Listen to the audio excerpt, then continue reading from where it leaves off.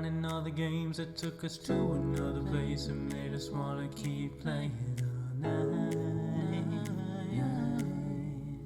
These are the games of our lives. Welcome in, folks, to the Games of Our Lives podcast. My name is Bill the Fajita, and accompanied by the wonderful, the fantastic, the beautiful, the now wearing headphones, Babylon. The most important upgrade of all, the headphones. Both Listen, the audio quality and my look, of course. the pluses are there. Like, you gotta respect the hustle there.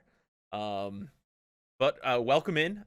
I hope that you're having a wonderful weekend. I hope the Pepto demons have been slain a little bit. Thank you for the solidarity. Listen, and a little peek behind the curtain here. So Matt texted me before the show, and he's like, listen, I'm going to need like an extra like 10-15 minutes just to get my tummy straight. You know what? It happens. It happens to the best of us. So I shot him. Would you like to share what you responded Yeah, so with? I shot him a text earlier because boys support boys. And I said, listen, I'm going to be taking a shot of Pepto out of solidarity. And I did. I took 15 mLs of a little bit of Pepto. And I am feeling fantastic. So Demons cleared. Yeah, my stomach's never been better. It's gonna be a great day. But I was not prepared for you to announce that to the world. It's okay. It's okay. It'll be okay, I promise. I hope. I think we'll make it. Yeah. So, folks, this is the Games of Our Lives podcast, a podcast where we talk about the games of our lives and how they made us who we are today as gamers. And this week's episode is going to be focusing on the Super Mario RPG Remake, which is a game that's both very near and dear to our hearts. Really, probably Also, both of our first RPGs. Also, a little bit of irony. Remake game, remake episode. Oh, that's true. For long-time listeners, we did have an episode a while back about the original Super Mario RPG game, featuring the wonderful and incredible Jambi Juice. But Babylon was not a part of that episode, and this game is incredibly important to both Babylon and I, especially like universally together. Like, it is a uniting game for us. Yep.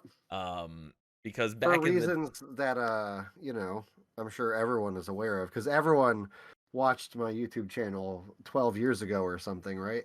Of course. Listen, if you weren't watching YouTube Let's Plays back in 2010, what were you doing with your life? You were probably like not born. Being barely new to the world, a glint in your parents' eye, or just doing other things. I don't know. Yeah.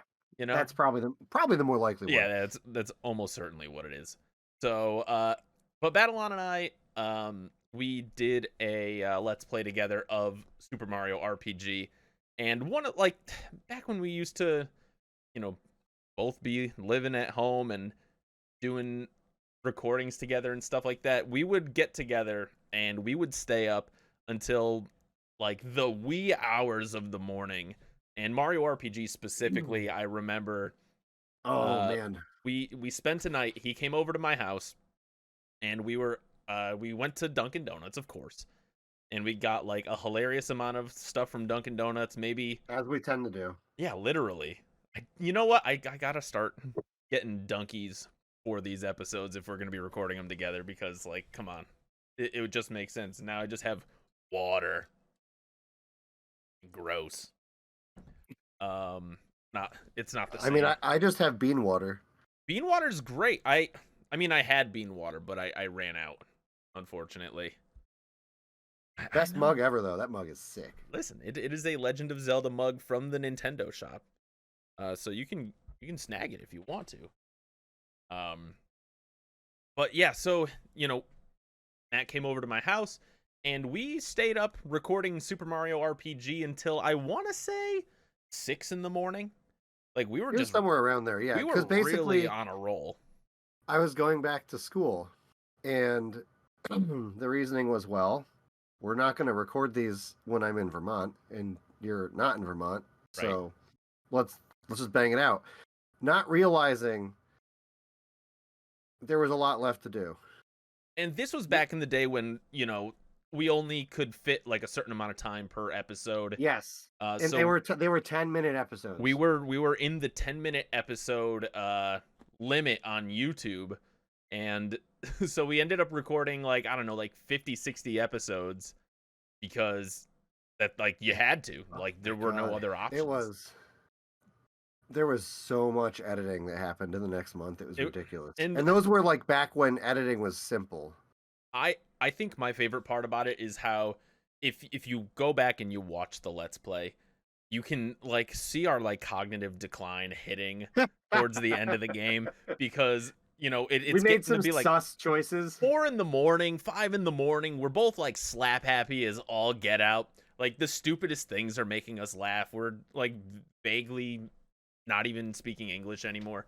Like, it was a great time. It was fantastic.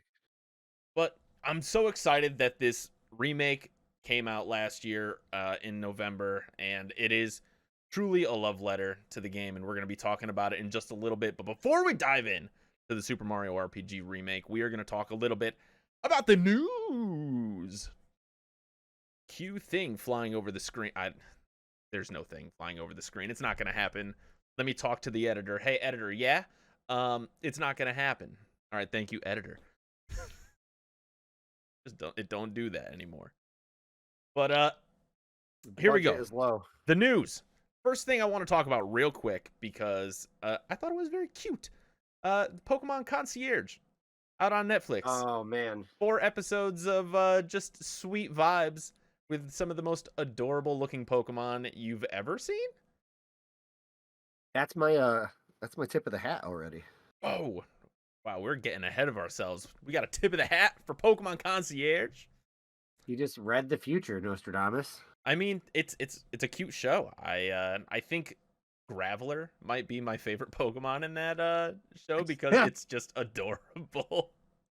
I don't know. I was partial to Wooper. Of course. I wonder why. Right? I actually thought Dragonite was really cool too. Oh, Dragonite was great. But like seeing all these Mudkip Pokemon... though. Oh, Mudkip was a Mudkip barking like a dog. Oh, like I always knew S-tier. Mudkip was a dog. Mudkip's absolutely a dog. He got that dog in him. It's just how he is. But yeah, so it's on Netflix. It's 4 episodes. The episodes are maybe 15 minutes a pop, if that. They're about 12 to 15, yeah. Yeah, I think they're like 13, 14. So you can bang through the whole show in about an hour, and it's pretty cute. I almost just like wish it was a little bit longer, because 4 episodes goes by real quick. I think that's pretty much what everyone thought. Like, yeah, Tyler and Gianna both said that. I said that. Steph said that. You're saying that. I'm sure literally everyone said that. Out of curiosity, just so I had background to see if there was going to be more and stuff, just in case we would talk about it today, because I figured we probably would. Yeah. They're currently in the decision-making process on what to do with its future. Huh. But it apparently shot off on Netflix to the point where they were like, oh, so people actually really wanted this, huh? It's like, are you kidding me? How did you not know this? Right. Like, Pokemon 151 just happened. Do you have any... Read the room, Netflix. Oh, wait, Netflix. Right, it's Netflix. You can't read the room. They don't know how to read. Right, illiterate. Room reading illiteracy. Yeah. Well, also, Pokemon Company, sometimes room reading illiteracy. Like... Oh, yeah. Like, they're worse than Nintendo in that, like, 85-15 rule. They're like a 60-40 these days. I'd call it a 65-35, okay? That's be generous. That's fair. They did get a D. Yeah, oh, fine. A D, a passing grade. They pass, but, like, we're on They don't pass college, but you pass high school. Yeah, there we go. They can get a high school diploma, maybe a GED, just no college credit. Yeah, no, they're not worthy. Not worthy. But we'll be talking a little more about Pokemon in just a little bit, I think. Now, if you were wondering why 2023 felt kind of off for a lot of people, the vibes were not 100% right. Would you agree? Yes. Just like 2023, just something didn't sit right. Somebody cracked the case. Yeah, can't no, wait this to hear is this. so since the year 2000, there has been a specific character has appeared in a video game at least once every year since their debut in 2000, with the exception of 2023. It is a Nintendo character, and I might even say he's one of the most important Nintendo characters Is it Donkey Kong? for the culture. And it's not Donkey Kong. It's not Donkey Kong. Donkey Kong has not appeared, I don't think, in a game every single year dating back to 2023. I don't have the math on that. But this character, we do have the math on. Are you ready for the reveal? Yeah, I can't think of it. 2023 was the first year that Nintendo has gone since this character's debut without having a game that at least shows in some way Waluigi. Oh, that was it. That's why I felt off. That was it. We had a year without Waluigi. We had the year of Luigi, but now we just had the year of no Waluigi, and it felt bad. That must have been it. It Like- wasn't the housing crisis. It was Waluigi. No. The housing crisis, that's whatever. Like, who cares about that? But no Waluigi? Groceries cost $400 a week. Who cares? But no Waluigi? Yeah, Ridiculous. I mean, they had the Mario movie and they didn't even include the perfect foil. That's right. They'll be in the next one. Not even a teaser. Not even like a Wah teaser in that. We got a Yoshi teaser. No, but you're okay. So the premise of the next movie is Wario and Waluigi steal the Yoshis, and then Mario and the one baby Yoshi that somehow ended up in New York City and Brooklyn. Hey, I'm Yoshi. Man, I wanted to do that. I want something here. Come on. I don't know. I don't. My plans were ruined, Bill. It's all over. Next. Oh man. All right, next up, speaking of the Mario movie, one of the main characters, Bowser, voiced by the wonderful and fantastic Jack Black, Oh my god, I can't wait for this. This is gonna be ridiculous. just got cast as Steve. Steve from Minecraft, in the upcoming Minecraft movie. I don't even know how to feel about that, because if You just said that all out loud, Bill. I It- want it- you to pause and reflect that you just said Jack Black will be playing the part of Steve, Minecraft Steve, in the It- Minecraft movie. it's kind of bizarre because, like, mentally, like, you think of Steve and you're like, that is a Chris Pratt character, right? Like, That would have been the right casting for him. it would have made sense. But no, we're getting Jack Black. Pages. He's gonna be like, mining, singing a song about breaking rocks or something and punching trees. But Jack Black as Steve in Minecraft feels wild. I'm going to say a thing Yeah. that I hopefully disagree with later. Okay. I don't think that was good casting. I mean, I that's- love Jack Black. He's like one of my absolute favorite personalities in Hollywood. Sure. Unless there's a vision for the movie that doesn't match what I know about Minecraft, then I don't know. My Minecraft knowledge is extremely limited, so I know that there's Minecraft, I know that there's Creeper, I know there's the Enderman, and I know that there's Alex because that's a character in Smash. But I don't know I think about Jack any Black would have made a storyline. really good zombie. Ooh, okay. Maybe a Mr. Skelly Bones, perhaps. Yes, but not Steve. I guess we'll find out. What if he was one of those, like, pork goblin guys? Those are things in Minecraft, right? Moblins? Are Oh, there- no, Moblins are Zelda. Are there little, like, pig demon dudes in Minecraft? Oh my god. Those aren't pillagers. What are they?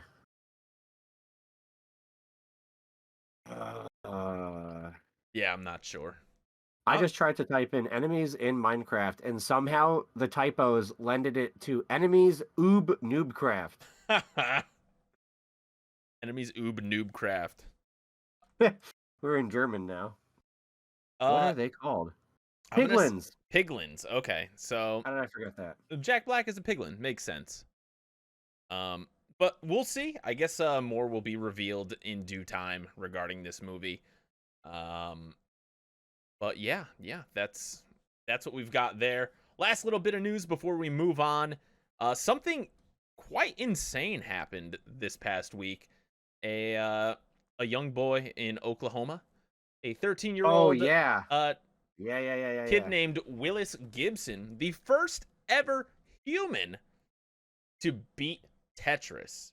Like the OG Tetris, to the point where like the game is like dead and you defeated Yeah. it.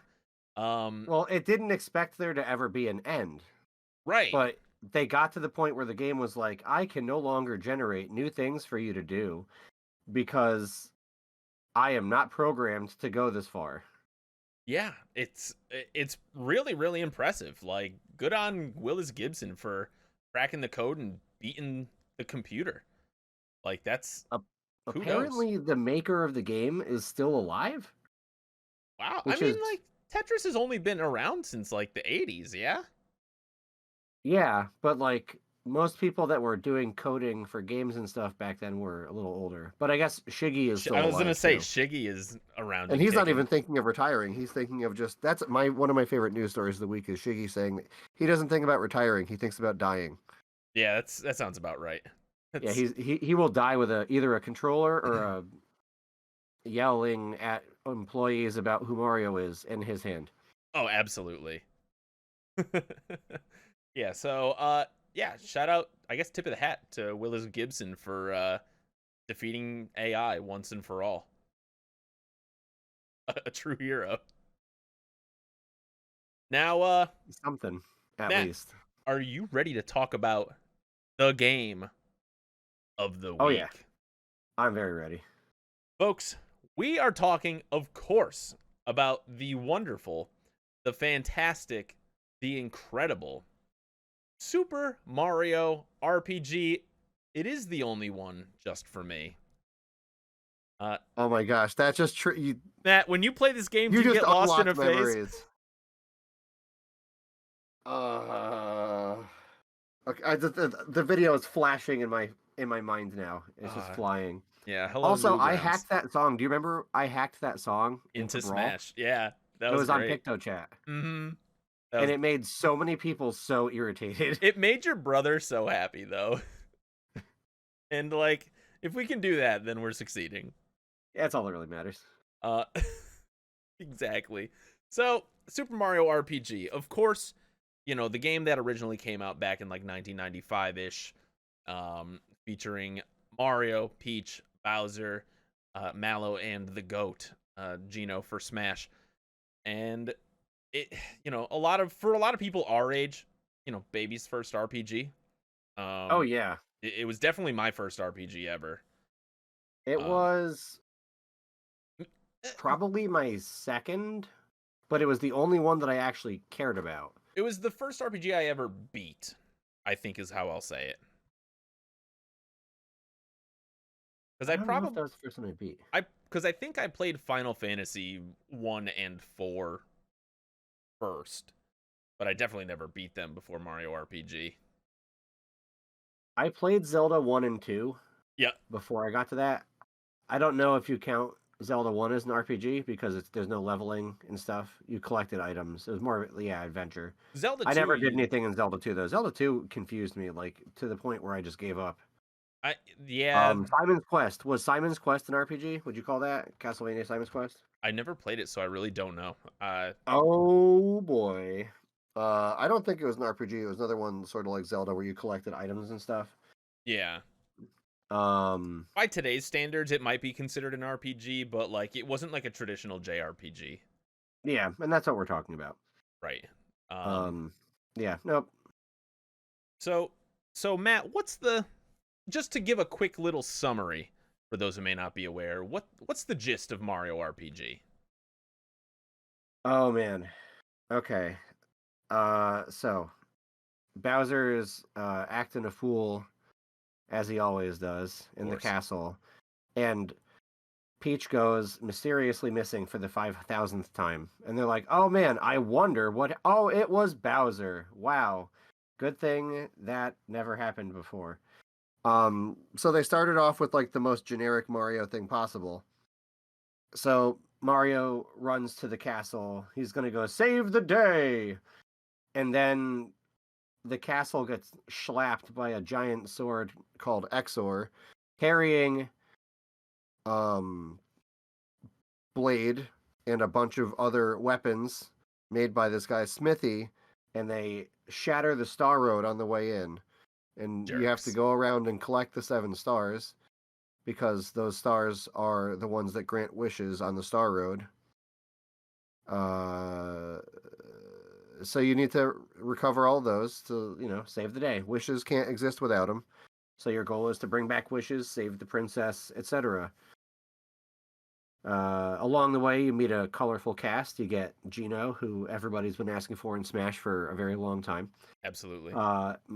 Myself included. My picture on the Smash Online lobbies is Gino. My fantasy football name this year is Gino for Smash, featuring one Geno Smith. With the way that this is going, Geno Smith is more likely to make it into Smash as a playable character. He'd be the sandbag. Could you imagine? We both have experience with this. Oh my gosh, that would be wild. But unfortunately, yeah, no, Geno's never making it to Smash as a playable character, unfortunately. But yeah, so you also get Mallow, who is, I think, my sister's favorite. He's a cute guy. He's a tadpole. He's a frog. Yes, definitely not a cloud from Nimbus Land. He is a frog that lives with Frog Fuchsius, not Frog Sage. I will fight you. Listen, man, that's one point of contention. We'll talk about that because there's a couple of changes from the Mario RPG translation team from the original game to this game that really just they there were a couple of things that just fell off. My Jimmy's got rustled, okay? But yeah, I think that covers the general premise of the game. You gather up Bowser, Peach, Mallow, Gino at different points. You go battle through the weapon army that Smithy has made, slowly but surely, because just like Bowser had bosses guarding Star Spirits in Paper Mario, man, I wonder if they recycle any of their ideas. Yeah. Oh, we're good. That was me. Oh my gosh, is a timer appearance? So, Mario RPG, you're traveling through a bunch of different fantastical areas, you're fighting different baddies. One thing I think that stands out first and foremost, we just got to talk about it because of how important it is. Just has one of the best soundtracks, both from a Super Nintendo game and now a Nintendo Switch game. They got a lot of the team from the original game back to make the music for this game, including maybe the most important person, which would be one Ms. Shimomura. Yeah, they got Yoko out of retirement for this. I don't know. I didn't realize she was retired. That's insane. She was doing like consulting for compositions, but she was like, I'm not going to be a full-time composer anymore. Gotcha. So like retired in the sense that she wasn't like the core of a composition team anymore. More like consulting and stuff. That makes sense. And helping with stuff, but she was like, I'm getting old. I want to take a break. I mean, and then they were like, well, can we just bring you back one last time? And she was like, no. And they were like, what if it was Mario RPG? And she was like, yes. You got me there. And the music is great. Like, I think the updated music for the most part is on par with the original music, if not better. I think we can't say better. That's blasphemous. I will say there are a couple songs that are just objectively better.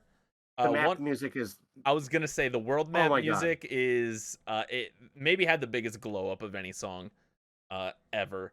It is just that good. It's amazing. It's so well done. And the game lets you basically flip back and forth between the original music and the updated music, so you have the option to listen to either one. And it's great. Now, as far as the gameplay itself goes, it's an isometric platformer with turn-based combat elements thrown in with not not random encounters, but like kind of how they do it in Paper Mario and Thousand Year Door. Yeah, when you where- hit an enemy, you fight. Yeah, when you make contact with an enemy, it opens up a battle screen. The nice thing about this game is that battles rarely take more than 30 seconds to a minute, like random encounters. I think it depends on what part of the game you're at and how you're playing it. That's fair. If you're newer to the game, the earlier fights will take a bit of time after the Goombas. Right. Just because you're figuring out, okay, I have different kinds of moves that do different kinds of things. Oh, jumping on those is important, or else it's going to take a really long time. Gotcha, I have to jump on the Koopas.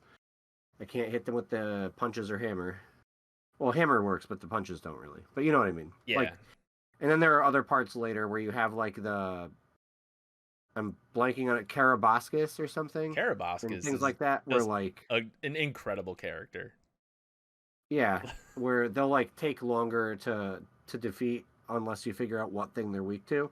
But then once you do that, it's fast again. They're weak to leveling up Mario to level 10 so he can one-shot them. That's how weak. That's how you beat them, okay? They're allergic to level 10. They're allergic to level 10 Mario punches. There are a couple of core gameplay changes in the game. Just things that kind of like streamline the process. Timed hits now have a little bit more of a, I would say, a little bit more of a grace period for some of them, and some of them are...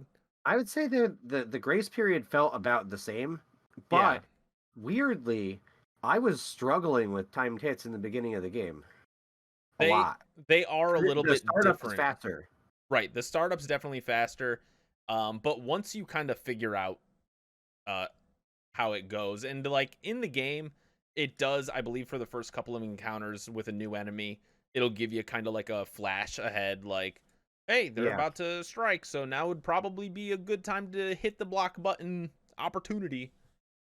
Yeah, they did a good job with that because they also changed that some moves are not blockable, and they gave you a visual cue. They told you on screen that it was not blockable. Right, I appreciate that a lot, actually, because in the original game, it was hard. Yeah, there were some moves that either were blockable or weren't blockable, but you never would have known. In fact, there's a bunch of moves in this game that I initially thought were unblockable, that I found out that you could block, and it's mostly a bunch of like magic attacks.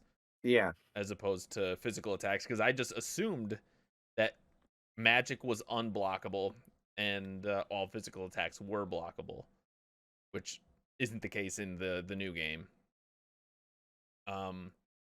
Another change that they made to the game is the idea of team attacks, which is pretty cool. So that you can feels so right in Mario RPG. It makes a lot of sense. Matt, why don't you walk us through what the team attack situation is? So you got 3 characters on the field at a time, or if you only have 1 or 2, you get like an assist from Toad. But I did that once just to see what it was, and then never did it again. The triple attacks are, you got 3 team members, and the attack is different depending. I shouldn't even say attack. The team move is different depending on what your team composition is. So, for example, with Mario, Mallow, Peach, you heal everyone and res everyone, which is really nice. With Geno and Peach, you protect your team for 1 attack each, so they're just immune to whatever the next hit is on them, which is really good in certain situations. I'm looking at you, Booster. Ooh, true. And then you had a mixing of other attacks where they were just like different kinds of damage. Like Mallow Geno was a really big single attack. Mallow Bowser was my favorite. Ooh, where you do all of the elemental attacks, the clown car barrage. And that hit everybody, right? Yep, it hits everyone with all the elements. It's borderline a board wipe outside of boss battles. And in the boss battles, it was a board wipe specifically in 1 or 2 scenarios that would have been really difficult otherwise. Yeah. Great move. It's The other phenomenal. one is like a team hit with Bowser and Peach, where you do like star magic or something, and it was like I think we're it gonna targeted fling one. Bowser. Yeah, I No, think it. I think it hit everyone, but it Oh, was a okay. different. It was a different. It was like a effect neutral, so Oh, nothing okay. was weak to it, nothing resisted it. It was just Just generic like pure damage. damage. Gotcha. But it was powerful, and if things were like like resisted magic, it was good for that. So all of them had a purpose, Hmm. and the best part of this, the fact that like you could switch characters in and out And during fights. the nice thing is any character could crack off the combo. It didn't Right. require a specific character uh, within that combo to do it. Any of the combo could initiate that move. Nice. The coolest part, though, and this is something that I did a lot in Sea of Stars. Yeah. You could fire off the special, and then switch out one of the characters to a different person. So, say I wanted Yep. to do the protect one, but I didn't want Peach in there anymore. If I set up my turns in such a way where Peach was the last one attacking before they attacked me again, Sure. I could rip that off and switch Peach out to do something else. Yeah. So you could use Peach's ability and then bring in like Bowser, for example, Yeah, to go for some big damage or something like that. which is literally the exact thing I did. It added such great depth to the combat, and the combat's very simple, generally speaking. It's Right. basically quick puzzle to figure out what thing they're weak to and what things they're good against, and then you roll the dice on what attacks you're going to have to deal with. You get skill checks by blocking. You get skill checks by doing timed hits for attacks. Or you And just then level up Mario to level 10 and you cruise. Like it's just that easy. No, I'm just something like that. kidding. But yeah, so I mean the combat system I think was um it definitely improved upon, definitely more streamlined, uh and I think made for just like a quicker experience. I feel like Mario RPG the remake feels and honestly, we've played the game each probably a combined 50 times. But Yeah, I can tell you like the sequence of the game in order from I can literally sequence the levels in order in my head. The map is complete in my mind. right. I mean like and it's crazy because for how much is in this game, for it to be like a 12-hour game, 10-hour game, uh as an RPG is just absolutely wild. Like that you can just crank through it in a long evening or just two relatively short sittings. It's really really impressive. Just how Yeah. much content they squeeze into the game, and you get like almost all of the classic Mario tropes in this game. You have the Mushroom Kingdom, you've got a little Yoshi Island, you meet all these different You're missing characters. One key trope is missing. One key, there's no Waluigi. 100% accurate. Not what I was going for, but sure. What- There's Link and Samus. Link and Samus are in the game. Princess Peach does get captured early in the game. So you've You got don't have that. a Poison World. Poison World didn't start until like the new Super Mario Brothers era. Right. Which I was gonna say like that didn't start until later anyway though. So no snow. You do have world. the best theme though that they got rid of, which is weapons factory stuff. But that was game specific because there would be no reason to have that if not Mario RPG. That's true. That's true. And weapons like factory is just such a raw area. It's so cool. Oh my god. It's the craziest feeling is realizing all these bosses I've been beating Mm-hmm. are weak now relative to me, but they're just from a machine line. They can just make it again.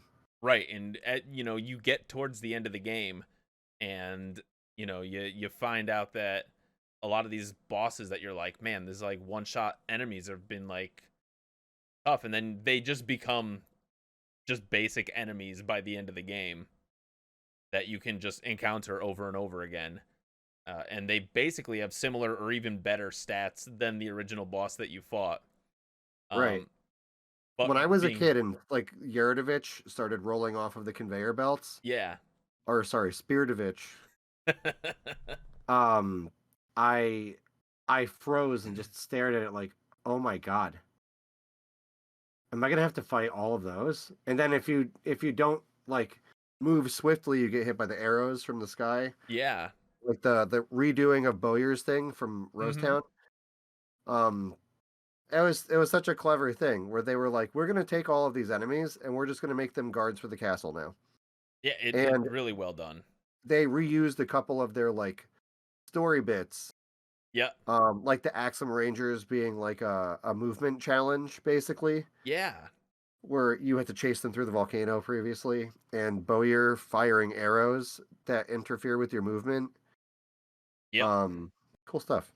Yeah, really well done. Now you had mentioned Spiritovich, and I just wanted to touch on this really quickly because It's like the the one gripe I have. the game does have a couple of translation changes from the original game to this game, and there's a couple of characters that ended up with different names from the original game. One of which is a spear weapon character, Yarodovich, who was named after, I believe, like a Japanese yari, which is a type of spear. Yeah. But is now Spiritovich because we don't use the word yari here in English. Makes sense. That one didn't actually bother me. It was just like, oh, okay, whatever. The one that I think like floored me most Frog was, Fuchsius? you know what? So Frog Fuchsius being renamed Frog Sage, I disliked it at first, but by the end of the game, I was like pretty okay with it. Like I'll still refer to him as Frog Fuchsius, but like the one that like just salted my apple the most was Clay Morton, Yeah. because That was annoying. He's Mac. he's Mac. Like it's Mac. It's not Clay Morton. I It's couldn't Mac. say go get him, Mac baby, and that was not okay. Yeah, that's pretty rude. Exactly. One other thing that was added to this game, by the way, that I thought was a really nice touch and is a great just like flavor thing was Mallow's ability, formerly known as Psychopath, renamed to Brain Read, I think, or something like that. Gave you a little flavor text with the characters, which that came from the original game, but you now have a monster library in the game where you get a little bit of information. They give a little bit of flavor text to the characters. Matt, what are Looking your up a new name for Psychopath. Thought Peak. thought peak? Okay. Now, There you one of the cool things about this like monster list is that not only do you get a little flavor text and a little quote, but you They get give like you the their weaknesses. yeah, they give you like their weaknesses, their health, and all that stuff. But they have some like pretty fantastic one-liners in there for some of the character thoughts Yeah. and flavor profiles as well. I think. Oh man, well, it's hard for me to remember the flavor text ones, but That's fair. I remember there being some really good ones. Oh man, what was it? Was it Dodo? That was like, why am I even here? Dodo was questioning his whole career path. Yeah, he was like, why am I here? What am I right. doing? Which it makes sense. He does nothing but take crap from Valentina anyway. That's his job. Right. It literally is his job. But yeah, the game itself is phenomenal. If you're thinking about getting a game for the Nintendo Switch and you like RPGs or you like Mario and you want to see him in a new light, then this is definitely worth checking out. Yep. Now, before we run away from Super Mario RPG, there's something that we've got to do. I pulled together a little thought exercise. I gotta pull this over here, and I gotta do a little adjusting on the fly. Listen, this is a work in progress. This is whoop, done like dinner.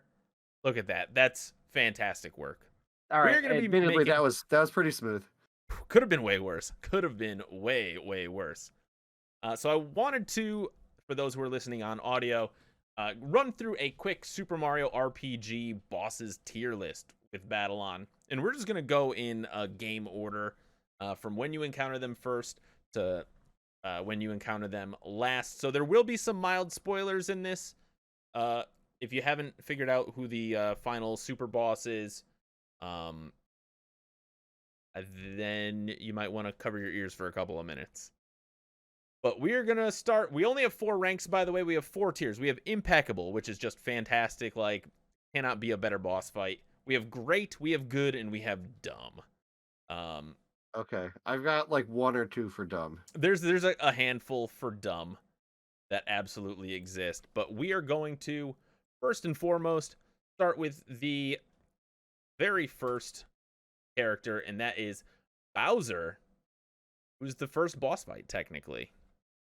I'm feeling good. I think he's good. I agree. I think I would throw him in the It does a good job tier. of showcasing what a boss fight should be in the game. Plus, he gives us the, iconic line, Funga, foiled again. Foiled again, yes. Which is just easily one of my favorite lines in the game. This game gave Bowser his personality, too. So that's another thing, too. Without Super Mario RPG, Bowser might be a completely different character. Right, and I'm so thankful that this is the Bowser we got. Right, this game... Because it's so much better than the Super Mario World Bowser. It's so much... Like, the fact that Bowser is just like a lovable goof is just so important. The flavor really was on believe point. that. So, the next boss fight we've got is the Hammer Brother. Hammer Brother, you fight 2 of them at the end of Mushroom Way. It is really the first, like, true boss battle, I would say. I would put that in good. I think it's a good boss battle. I don't think it's super memorable. There are 2 of them. You defeat... Well, I think it's memorable, but for bad reasons. Okay. So this is more true in the OG game than in this one. Also, I love the fact that he's supporting Bowser. There, Bowser. It's okay. No, Bowser needs it. Let's be real.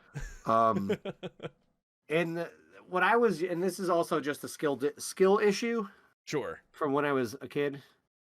But I was like, oh man, this guy's super annoying to fight. And then I realized, oh, I just have to like attack regular attacks first and then jump. It's true. But when I was really little, I wanted to just run through and not fight any enemies and not like I ran out of flower points because I didn't get the first upgrade. Oh, you didn't just level up Mario to level 10? No. Wow, that sounds like a skill issue. Yeah. But anyways, you get the hammer though.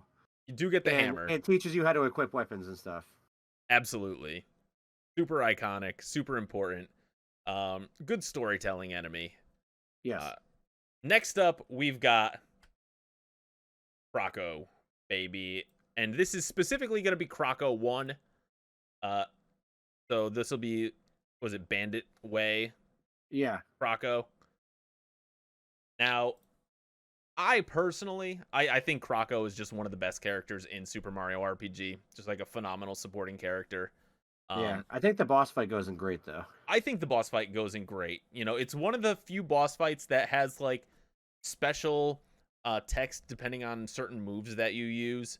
And he's just, like, a really funny character. And, I mean, purple croc and an orange hat, like, how do you beat that, honestly? Next up, we are going to move on to not some bozo named Clay Morton, but we are going to go with Mac the Knife, baby. I have one thing. I hated that name so much at first. Clay Morton? And now I don't hate it. You don't hate? Because okay, when I was a kid, my eyesight is not as good as yours. So, like, sure. I never realized that the rider on the sword was not the same thing until this game. I thought they were 2 parts of one thing. They are 2 things. They are 2 things. He's a pogo stick knife. Yes. The sword type, based on the hilt and like the handle part of it, and the actual like sword component, is a claymore. Right. If its original name had been Clay Morton, I feel like I would have loved it. That's fair. So it doesn't bother me anymore. So, where would you put Mac the boss battle? This is the first boss battle that has like minions along with him in the battle. He's taken over the Mushroom Kingdom. It's a pretty iconic fight. The first Star Piece boss. So I think if you include the scene as a whole, yeah, including the before, I the think we fight, can. and the after, I would say this is the first one that goes in impeccable. From game design standpoint, I think it's amazing. I like that Um, honestly. and the reason I say that is because it teaches you, oh shoot, there are going to be bosses that have minions. Yep. Oh shoot, there are going to be boss fights and like story segments that are segmented where you have like part 1, part 2. I also Oh think that shoot, the bosses are where we get stars. this is the first boss that I think has unblockable attacks as well. Because he hits Yeah, you with flame wall. flame wall, yeah. So there's Yeah. a lot going on here. I think they just nailed it with that. Yeah, no, supremely done. Absolutely. Next up, we've got one of my personal goats. We've got Balome, who I think is just such a wacky and bizarre character. I still don't know what it is. It's a cat dog with a black Cat hole. dog. Alone in the world is a little cat dog. Cat dog. Yeah, to be fair, I don't know what the heck it is, what it's supposed to be. But he's a hungry boy, or it's a hungry entity. I feel like story-wise, especially in Kiro Sewers, this is going to be like the Kiro Sewers encounter with Balome. He doesn't really make a ton of sense. He's just there. He's just kind of there. So I'm going to throw him in the good tier. I think that's like he's just like it's weird because the boss fight itself, I think, is a really, really good boss fight because it's the first one where you have to deal with status conditions. Right. Like so the boss fight itself, I would say, is impeccable, but everything else surrounding it makes literally no sense. Want to throw him in great and split the difference then? Yeah, I think that's fair. All right, I think it's so weird because he's a weird character that I love. And the boss fight itself is great, but everything surrounding the boss fight makes literally no sense. Literally no sense. It's very funny. Next up, we've got the second star weapon, and that's going to be Bowyer. Okay. I want to hear your thoughts first this time.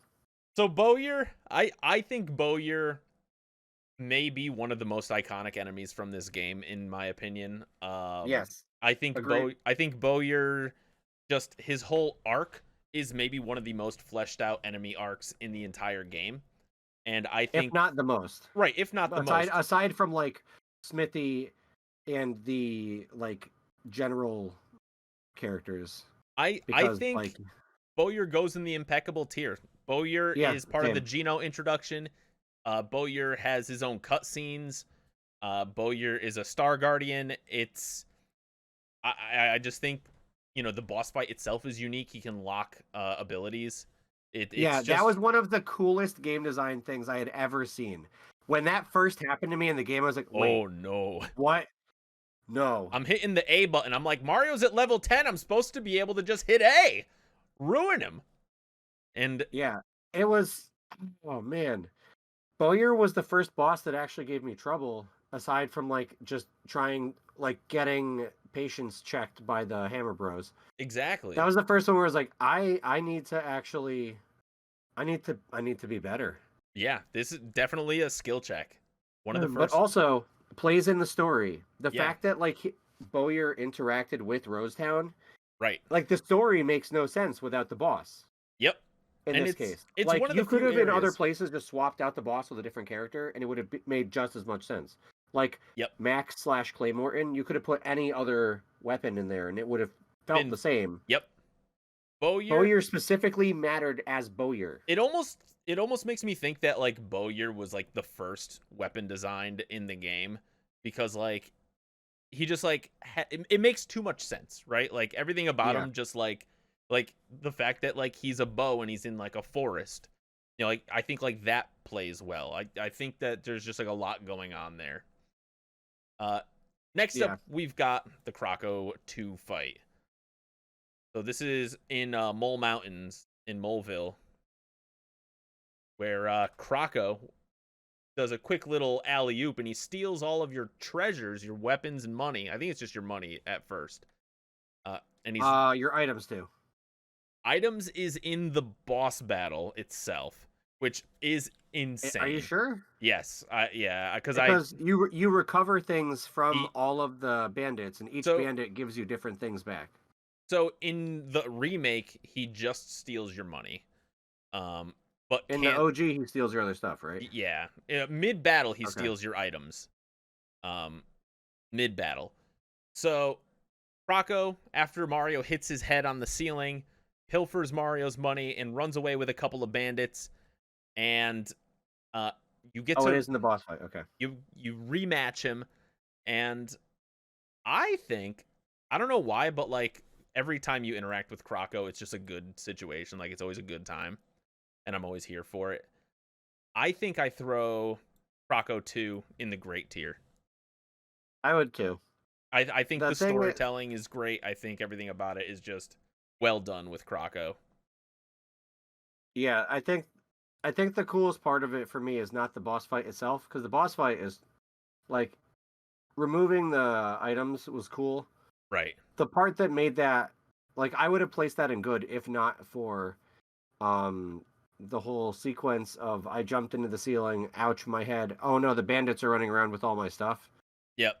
So I feel like, we need the bandits there too, because the bandits are actually, I think, what makes it better than just good. Right. Like chasing them around to get your stuff back on the way to chase Croco and everything. There's like, a lot of flavor. Yeah. Yeah. There's fun storytelling involved here. Next up is maybe the weirdest character in Mario RPG, Punchinello. The name's Nello, Punchinello. I don't know. Is he like an eggplant? Punchinello is an eggplant bomb. He's an eggplant bomb with a weird smiley face on his belly button. Nothing about him makes sense. Yeah. I don't like. I don't like the initial one. I think the initial fight's just super annoying. I think just everything about Punchinello is pretty dumb. I think Punchinello might be the first dumb tier boss. Just because he's like so random. He just shows up out of nowhere. And it like doesn't make any sense whatsoever. The other thing is they were trying to do so many different things with Punchinello, and I don't think any of them actually worked. Right. Like the refight. The refight, we'll get there. Yeah, but just dumb. Punchinello was always just like I never was excited to fight Punchinello. I was always like, ugh. Right. I just wanted to continue, and he was just in the way. He was just annoying. Super annoying. Next boss fight is, I'm going to be honest with you, I have played the game I don't know how many times. I've literally never fought this boss battle. Ever. I've never fought Booster. Really? I've never fought Booster in Booster's Tower. I always win the minigame, and I never fight Booster. It's just, I don't know why. Maybe it's I love Booster too much to actually put hands on him. But just tell me that you're better than me without saying you're better than me, all right? God. No, like get it over with. I will reset the game if I lose. What? Wait, really? Yeah. Oh man, his boss fight's fun.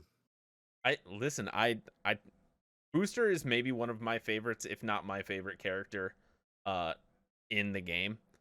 I love the fact that they included Wario without including Wario. Right, he's essentially the Wario of the game. It's insane. He even has the same nose.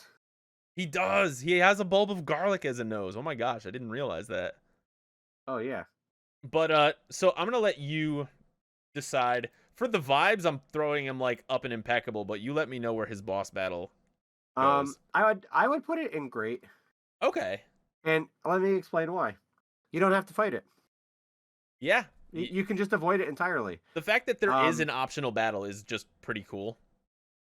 The boss fight itself is actually really cool because he, like, he's just so dumb. Like, you fight, he has a little choo-choo train attack. If you get far enough into the fight and don't kill him fast. I love that. I don't know if you knew that because you're too good to have ever battled him or fought him. Yeah, no. But skill issue on your part, I guess. Yeah, thanks. We'll just rub it in. Um, he has the snippets. The refight is based on the original fight, so like, Right. if you like the refight, you would like the original fight. The refight is a totally different animal for reasons we'll get to later, but I would say it's a great fight. It would Yeah. be, I would argue, impeccable if you had to fight him and couldn't just avoid him. Some people would say that makes it even better. You can just, once you've beaten him before and you know the thing, you can just get around it and just Sure. not fight him. So if there was anything between great and impeccable, I'd toss it there. But I'd say great. Okay. And next up, we're gonna go Knife Guy, Great Guy. We're gonna try to like speed it through the next few a little Yeah. bit. But we got Knife Guy and Great Guy. They are a mandatory fight, as Yep. the rest of them basically are gonna be. Yep. They're on Booster's Tower. They just kind of show up out of nowhere, and are I would say good, because unique fight in the sense that it's like physical guy, special guy. It's definitely one of the harder fights earlier in the game, I think. I would argue it's the hardest boss up until that point, easily. Right, just because they do a ton of damage, they do status effects, and Yeah. If you're not prepared for the sleep effect, whatever the Aurora, oh my gosh, it's not Aurora. Is it Aurora? I think it's like called like cornea or something like that. Or I don't know. It's like Corona? a light bauble that pops and makes Yeah, everybody that one. go to sleep. Yeah. Yeah. That's a brutal attack that can really really mess with a lot of players. Oh my god, there are so many fights, Bill. There are so many fights. There's only 39. We've got Bunt and Raspberry, which is the Marymore cake boss when you are potentially watching Peach Mary Booster. You fight a cake made by Chef Tort and his buddy, and it's a dual layer cake. It's more of a time-based attack, boss attack, than it is a damage-based boss battle. You just have to keep the candles unlit. So I mean, like, it's an interesting fight. It's another like tricky one. I don't like this fight. I think this fight's dumb. I don't think it's one of the better fights at all. Yeah, we could throw it in dumb tier. It's a pretty dumb cake. It's in terms of game design, I think the game design is dumb. That's fair. The boss fight is literally just keep the timer low. That's it. Just punch it every other turn. Yeah. Which is not very entertaining, and you just status effects are annoying because of the way that you get them. Unblockable attacks. Right. Well, for the initial fight, you just have to put out all the candles. I think you're blending the refight and the initial fight together a little bit. We'll talk about the refight in a little bit as well. Well, no, he has Sandstorm. Well, yeah, but I'm talking about the candles specifically. The candle thing, for the initial fight, all you have to do is put out the 5 candles, and then like that phase of the fight is over. Yeah. But next up, we've got King Calamari, an underwater boss. Oh gosh, and he's just a guy. He's just a blooper, a big old blooper. I think in the moment it can be a pretty cool boss, but I think overall, big picture, he's kind of underwhelming. Oh, see, I disagree. I was expecting us to disagree on this one. So like, I personally would throw him into good tier. I think it's one of the best boss fights in the game. Really? Yeah. Okay. What are your thoughts on that? Just like Bowyer, Yeah. it is story important and relevant to the story. Everything about the story in the ship until you get to the Johnny part at the end is literally just giant squid. That's true. That's it. That's true. And you don't know what it is. You don't know it's a blooper until you get there. You do see a lot of like tentacles and stuff like that leading up to it. Right. But you also have, it explains like the horns, like the trumpet looking pipe things. Yep. It has you fight the tentacles in layers before you get to it. Yep. Have you ever counted out the number of tentacles, Bill? I'm guessing it's 8. Biologically accurate. Anyways, Hey. they did such a great job with the story component part of it. Yeah, I think the preamble to the boss fight really adds to the flavor of it. That makes a lot of sense. Yeah. It's just it makes the level. It's true. I'm happy throwing it into great tier. You've swayed me. I wouldn't This is a rare occasion. I wouldn't throw it into impeccable, but I think it's great.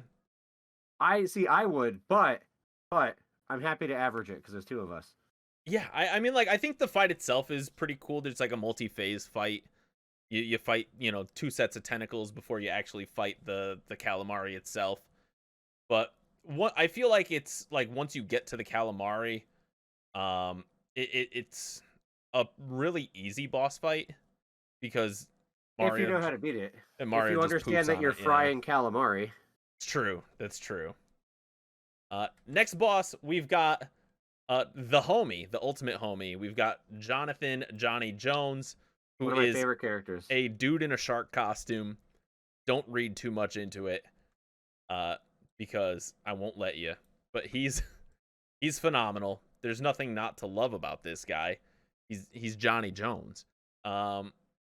You end up fighting him in at first a group battle with him and his minions, but then it turns into a 1v1 Mario versus Johnny Jones slugfest, and it's for a star piece, and it's a pretty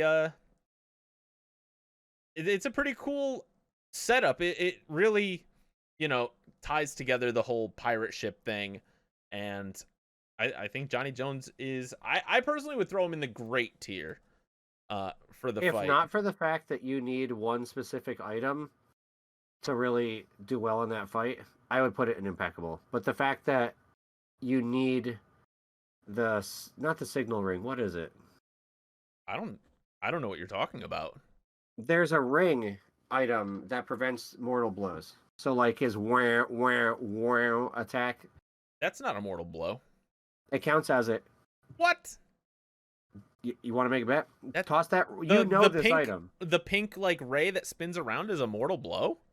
It counts because it does 0 damage during the fight if you have that ring on. That's crazy because you can that's like a blockable move. Safety Right. ring. Safety ring. Thank you, Toad. Safety ring makes the fight like easy. Sure. Without it, it's tough. Okay. But finding the item in the pirate ship is very flavorful. It's true. It is in the pirate ship. In like a secret hidden back room. Right, it's a hidden treasure in a pirate ship. It's literally it's perfect story-wise. Yeah, it really is. All right, All right. next up, we've got the wonderful, fantastic Spiridovich, aka Yardovich. Yardovich makes no sense. Yeah, I think he's dumb. Whatsoever. Maybe the hardest fight up at the moment that you fight him. I would argue yes. This is one of the only bosses in the game that I lost to multiple times. I would call it good. Like- I don't know. I think like that he's such a hard boss. Like I think him as a concept is terrible, but I think the fight itself is really good. I guess I'm fine with that. Just because like he just like hammers out damage, and then he splits up in his second form, so you don't know which form you're fighting.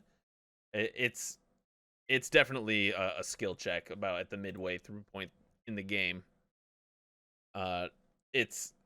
He's one of those guys that just does that. Next up, we've got Balome 2.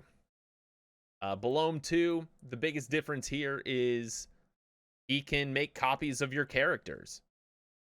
But otherwise, he's more Balome. Where would you rate him? I'd say good. Yeah. I would say dumb if not for the fact that the clone idea was cool. Yeah, the clone idea is very cool. I think throwing him in good tier makes sense. Next up, we've got Jinx, and I think that we can count, I'm going to say all of the pre-post-game fights in one list here, one ranking. Where would you put Jinx, the dojo master?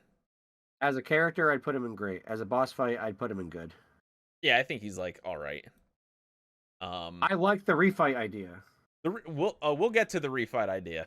I have him listed separately, but Jinx, as like a just single enemy that you have to fight, he's okay. Yeah. Next up, one of the coolest bosses. I don't know why, but I like it a lot. Mega Smilax. One of the best bosses in the game.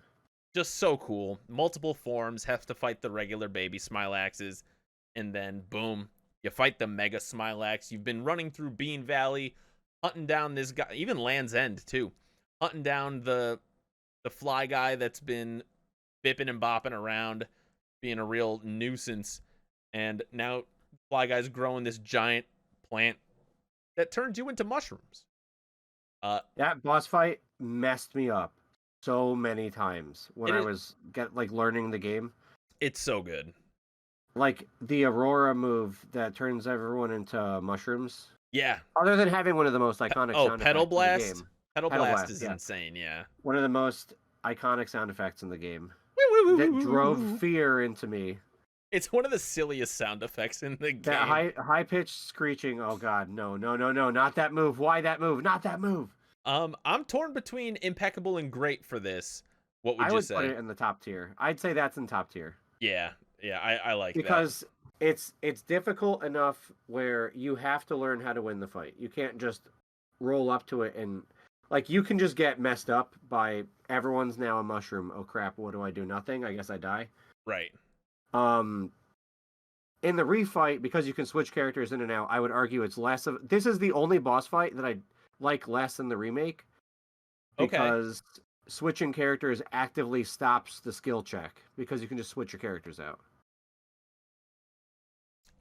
Yeah, but that's true. I always forget about that you can keep swapping out your guys in reference of the game and difficulty. Yeah. Next boss fight is Birdo in Nimbus Land. Definitely one of the most non sequitur boss fights in the game. Just feels very random. I don't like this fight. I think it's stupid. I think it's a dumb fight as well.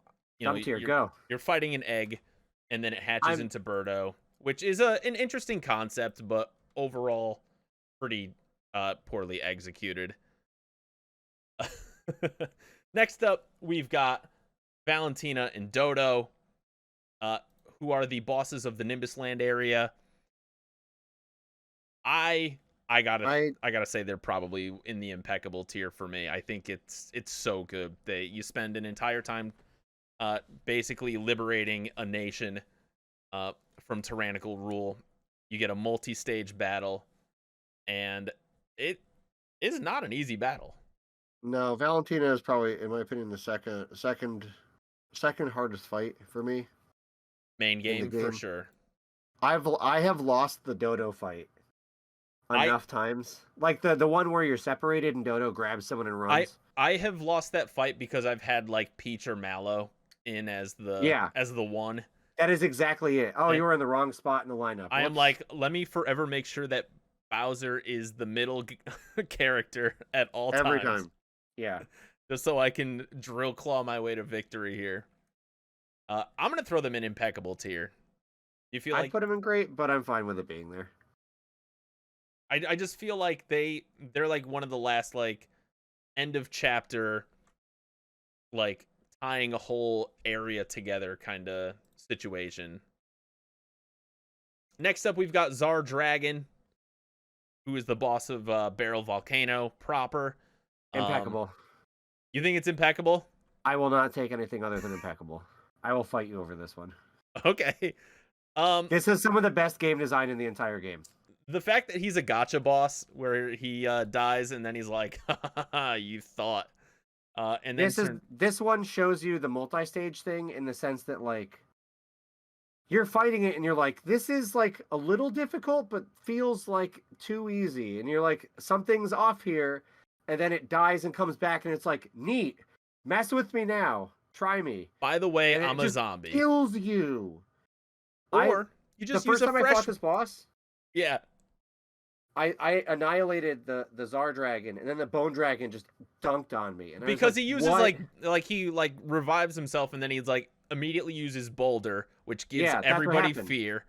So all of your characters are dunked on, and you couldn't switch out in the original. You couldn't in switch the remake, out in you the could switch out, which was, I think, good for this fight specifically, because what it says basically is you either have to heal your team or you're switching your characters. And there's a chance that you're pre-lazy shell right here. So if if you're pre-lazy shell, then you're fighting an uphill battle for sure. Yeah. Next up is the Axum Rangers.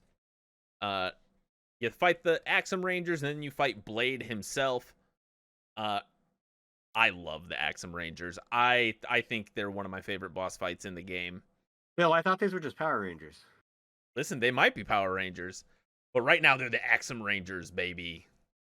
Are I you want sure? I want them in impeccable tier, but what do you think? I agree too. I think it's one of the most iconic moments in the game. Oh my gosh, the zoom out where Blade's rising and Mario's on the top of the volcano. Yeah, It's yeah. so and then sick. jump onto it. So sick. You can't get better than that. It's so good. Incredibly phenomenal moment. Next up, we've got Magikoopa. I put it in good. I think The character Magikoopa's... is iconic, but the boss fight is just like, It's literally Oh. just good. It's fine. yeah, it's like He's just the scene afterwards makes it better for me. Yeah. Next up, okay, Boomer. Boomer. Boomer's another, like, I would argue, non sequitur character that just kind of is there for a moment. But he has like the best dialogue of any character in the game. He might be one of the most fun boss battles from Like, an in-battle He dialogue. makes fun of the concept of samurai. Right. That's his whole thing. He's like, I'm ready to go. I'm not scared. Let me go. And then the shy guy's like, no, Boomer. Ah. Yeah, no. I threw him in great. I think Boomer is hilarious. Maybe Yeah, one of the funniest characters in the game. And he also has like a check. If you go in with low HP, he just like can one shot you. He does have a you're not lot of healed. Yeah, he does have a lot of high damage moves. Next up, we've got the Sword Exor. That one goes in impeccable. I mean, you've been spending this entire game staring this sword in the face. And then you one shot it with Gino Whirl and you laugh. Exactly. The fact that he's held behind some barriers that you have to attack his eyes and mouth before you can deal damage to actual Exor. Yeah, this fight was a it's real pretty skill cool. check when I was a kid. Definitely one of the tougher boss battles in the game. But, I mean, he's Exor. He's really cool. Now we are getting into the factory where we're getting some real weird guys, including Countdown, which is a clock and some bells. I think Countdown's great. I think it's one of the better boss battles in the game. Just as a standalone fight, I think it's just really well done. Yep, makes no sense in the story. Right. It's just random. But the fight itself is great. The fight itself is awesome. Next up, I think this is kind of in the same vein. We've got Cloaker and Dagger with either Mad Hatter or Earthlink. Or Cloaker and Domino, I think are his names. I think so, yeah. But definitely one of the harder boss fights originally playing. Especially if you didn't heal before it. Right, because that's one other thing about this. It's like you really don't. The game doesn't tell you when a boss fight's really coming in this area. In specifically the weapons factory. Right, in the weapons factory. Like, you'll just be like going to the next screen, ho-hum, and then all of a sudden you are in a boss fight. So, it's definitely, I think it's a great fight. Yeah, I'd leave it there. The boss fight itself is good. The characters, again, make no sense. No sense. Like, why are they there? No idea. No clue. Next up, I kind of grouped all three of these guys together: the producer, manager, and clerk. They're technically bosses, but they're just guys. They're just guys. I don't know. I'd put them in dumb. I think they're in dumb as well. They just kind of pad the last little bit of the game. They're good for the story, but the fights are just not they're meaningless. Like, I get it. Like, they're just like the foreman in the factory proper, but right. I don't know. They're just kind of stupid. They're for the story, it's important. You have to get through them to get to Smithy, but otherwise, dumb. I kind of feel the same way about Gun Yoke. I think Gun Yes, Yoke is... but I have a fond memory of you yelling, Gun Yoke! Fair. I think it still belongs in dumb tier. Yeah, I'm fine with that. Because it is... It's also nightmare fodder. It's so gross. Yeah, it's such a bizarre, just like smelting tank. But it's got Breaker Beam, so it's pretty raw. Breaker Beam is sick. Which leads us to the last boss in the main game. The wonderful, the fantastic Smithy. If you don't put this in impeccable, I will riot. Smithy, impeccable tier.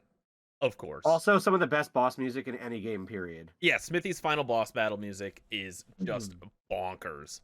It is so And good. this fight takes Yeah. any skills that you were supposed to learn in the game and uses all of them. Yeah. The first part of the fight, oh yeah, the boss music is the best. But the first part of the fight, in terms of the combat, is you have to learn the lesson. I need to take out the thing before Smithy unless I'm leveled out max and I can just rush down Smithy. Yep. Those are your two options. You either rush down Smithy or you take out the gun yoke and go for Smithy. And that's it. Because if you That's don't, it. you will die. Yeah, no, Second, I usually ignored Smelter, honestly. Because at that point I was just cranking damage with Lazy Shell and either Bowser or Geno. And you could usually like rip 2 Geno flashes and get rid of any bozos that are hanging around with Smithy. Or use yeah, I guess that's true. or like rock candy with Peach. Yeah, I always save the rock candy for the last part. That's fair. But the second part of the fight is the best fight in the game. Oh yeah. I mean, it's the music changes. We get a second form, we get a music and location change, and I mean, just like the scene that you get to see immediately when you defeat Smithy and he starts just like pounding on his own head, like freaking out, is one of the most like insane moments in video games for me, where he's like, I can't be beat. Like, it's the first time I ever saw like an anime trope of a villain having a monologue after being defeated before exploding. But also the background. Okay, so the lore for the background is what really seals. Like the second fight is amazing because of the different heads that it can have. Right. But do you remember the background? I mean, it's just a bunch of like pieces, like a bunch of Smithy heads, basically. It's all of Smithy's failed parts. Right. The whole point is he's trying to make himself the perfect weapon. Exactly. You see all of his failures in the bottom, and the top part you have like I am this wise old boss, like basically like evil Santa. Let me give all the presents to the world. And he's telling you that. He's saying his weapons are like the best thing in the world. He's literally evil Santa. In the second part of the fight, it's literally just him going, You can't beat me. You think you can do this and get away with it? And then he goes nuts, and you're like, oh, look, it's all of Smithy's failures everywhere. Oh, he's actually going insane now. It's all gone. Right. And then he goes nuts, and he like, it's just so good. This well is the done. part of the game where the storytelling was really good. The lore and everything was really good. I mean, based on this tier list, and I think we're going to end this tier list here. We won't go into like the extra post-game stuff just to keep spoilers out. But because there are some post-game battles. But like in our impeccable tier, I mean, we've got Mac, we've got Bowyer, we've got Mega Smilex, Valentina Dodo, Czar Dragon and Bone Dragon, the Axum Rangers, Exor and Smithy. I feel like that's just good company. And if you look at the average here, for the most part, the story bosses are in the top half. There's only 5 like bad bosses. Yeah. And they're not necessarily even bad fights. They're just kind of like dumb. Which is why we have the dumb tier. Yeah, the Punchinello fight isn't even that bad. It's just Punchinello is dumb. It's just a kind of a dumb. Like, why do you exist? Why are you an eggplant? Why is your thing bombs? How did the moles not know that you were here with these bombs? Right, exactly. Now, we are getting down into the home stretch of this. I feel like we should run into first of all, any other final thoughts on Super Mario RPG remake besides obviously go play it? I thought I was gonna be nostalgic and want the old music, and I was not gonna like the new music. And I went to the menu one time to switch it, and then literally had a moment where I sat there like, you know what? I want to experience everything this game has for me. And then I exited the menu, and I was happy that I listened to the new versions of the music. And this is coming from someone who was a Mario RPG music purist. So I mean, they nailed it. They killed it. They crushed it. Let's run through a quick set of tips of the hat and wags of the finger here. Sure. My first tip of the hat to my boy Goose. Since the last episode, we didn't have Goose before, and now we have Goose. So Goose is Chalupa's brother. Chalupa is, of course, the sweet little Scottish fold. He's a gray boy. Goose is his white color palette swap. I don't know where he is right now. He's probably off living his best life. The best toasted marshmallow ever. He is a toasted marshmallow. But that's my first tip of the hat. Matt, what's your first tip of the hat? Pokemon Concierge. Oh, it's so cute. It's so fun. If you have Netflix, go watch it. If you don't have Netflix, literally steal it, pirate it. I don't care. I will encourage that. It's 60 minutes of just cute. Yes. My other tip of the hat is to you, Battlon. Thanks for overcoming your tummy and being able to hang out today. Tip of the hat. But really, it was the scheduling that mattered. But I'm glad to have been able to get this going with you. Absolutely. Any other tips of the hat for you? Ty, because he's gonna beat you in Smash in a week. Ooh.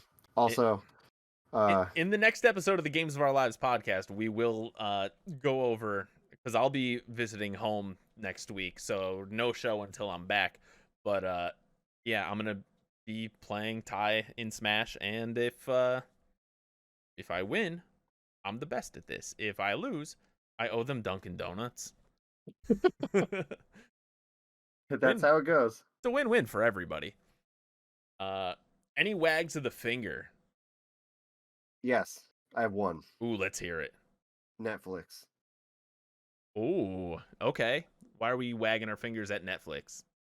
Netflix wants to do in-app purchases and ads to its gaming platform that it's trying to make a thing. Wait, Netflix has a gaming platform? Yeah,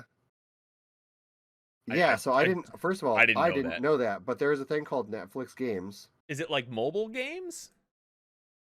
I don't know it in full detail because I didn't know it existed until I was just looking up gaming news recently, and I was unaware of the fact that they even had this. So the wag of the finger is really like, I didn't know this existed. Huh. How do I not know this exists? That's kind of bizarre. I am game guy who watches things on Netflix. With my kids watch things on Netflix. How did I not know this?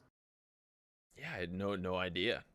And the first thing that I learned about the Netflix gaming platform is the fact that they wanted to add ads and microtransactions. So I would never have known it existed if not for that, which is pretty gross. Awful. Like, I don't know. That's gross. That's just a pile of dumb, covered in dumb. I'll wag my finger to that. Yeah, bad. My wag of the finger is to Sky News. Sky News interviewed. We were talking about that kid Willis Gibson, who beat Tetris, and Sky News basically dunked on him and called him a nerd, like touch grass or something like that. And it's like, we don't need this touch grass discourse about. He's 13 years old. Right. He's literally a child. And even if it was a 30-year-old, it's like they just accomplished something that is so incredible and never thought a human could do it, and they did it. And your response is touch grass, nerd. It's like, ew, be better. Absolutely just dumb. So, wag of the finger to Sky News. And that's all I've got on wags of the finger. How about you? I mean, I'm sure if I go diving, we could find more. Oh, let's not go diving.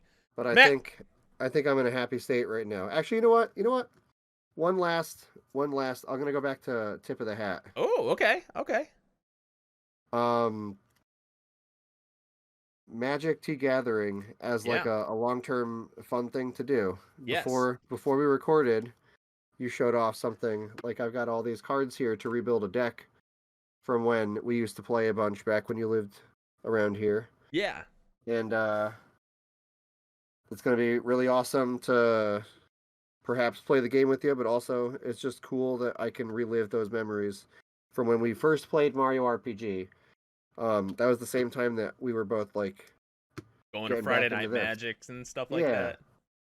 So during the Shards of Alara era. Yeah, good stuff. That was good stuff.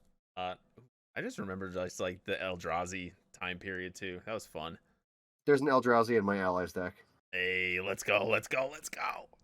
I can't wait to play this deck blind without knowing what cards are even in it against you. It's gonna be great. Let's see. And last thing to wrap up the show, what games have you been playing since we last podcasted? Mario RPG Remake, because my homework was to do all the boss refights. I'll give the 30-second summary because you had talked to me about it before. I know you're trying to be good on time here, and I appreciate it. But yeah, the refights were all amazing except Punchinello. Yeah, Punchinello's boss fight rematch was pretty dumb. The booster one was the best skill check I've ever had in a video game. The booster one is really, really hard. It is. It was one of those ones where I was like, I'm not looking up how to do this online because this is probably the last time I'll ever have new Mario RPG content. So I am not doing that. Right. And then when I figured it out, I tried helping my brother do it. My brother and I had different solutions to the problem. You had a solution that was different than I had. And I think that those were the only available solutions. The ones that we came up with. But we did it. Very tricky, yeah. Yeah. So I was playing Mario RPG. I also completed all of the dexes except for those last couple Pokemon I have to touch trade. Yeah. So a lot of Pokemon Scarlet, Violet, Indigo disc. That was the most fun I've had playing Pokemon probably in the past 5-10 years. Yeah, it's like running around doing those quests. Yeah, Matt and I were running around doing BBQs last week, and it was a lot of fun actually. It was super fun just to kind of like hang out and just bop around in a game. Yeah, good stuff. Next up is Born of Bread. Oh, finally. You started it? I'm going to start it. Okay. Finally. Okay. It's on my list. As soon as I finish the Final Fantasy VII remake, Born of Bread is next up on my RPG to-do list. So I am excited about that. But Final Fantasy VII remake is what I've been working on. I'm in chapter like 17, so I'm really close to the end. But it's been pretty fun. The game's starting to get a little long in the tooth for me, but I can see why people love it, and it's definitely been a cool experience. Of course, I've also been playing Pokemon Scarlet and Violet with you, but then I've also been playing through the Messenger as well. Toady, you know what? TBD on that. But yeah. Oh my gosh. My urge to talk to chat. Oh, just embrace it. Yeah. So the Messenger, which is the 2D platformer that came out before Sea of Stars from the same company, you play as a ninja and going around 2D platforming, and it's been a lot of fun. I'm currently collecting the musical notes right now, and yeah, it's been a lot of fun. That game's an indie game available just about dang near everywhere. And that's what I've been playing. Any other final thoughts on this episode before we wrap up? Congrats to us for getting 2 in a row. 2 episodes in 3 weeks. Let's go. Especially during the holiday season, like that's wild stuff. Rushing it right now. So I just want to thank everybody for hanging out. Matt, thank you so much for being here. So pumped that we were able to talk about Super Mario RPG.